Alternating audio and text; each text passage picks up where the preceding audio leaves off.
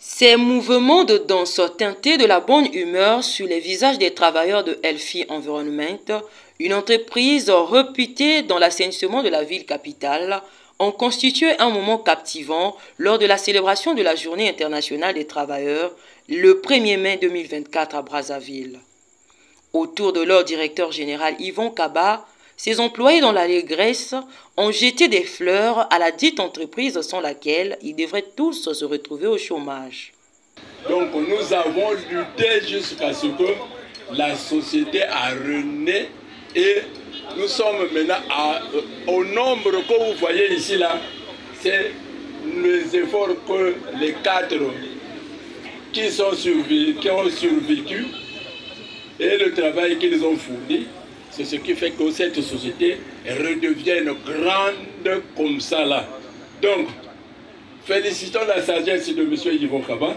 Sinon, nous aussi on serait partis dans la même foulée que les autres qui avaient désisté.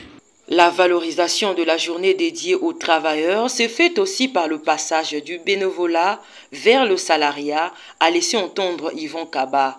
Il insiste par ailleurs que la sécurité des travailleurs devait être un privilège pour tous. Il y en a qui se constituent peut-être en groupement.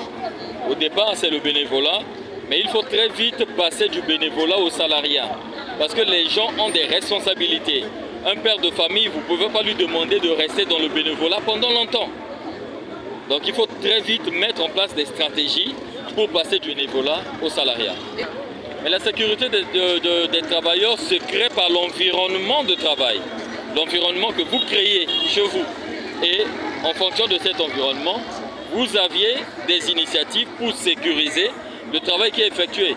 Chez Healthy Environment par exemple, nous avions les EPI. Un travailleur ne peut pas travailler sans EPI, sans gants, sans équipement approprié, sans bottes par exemple.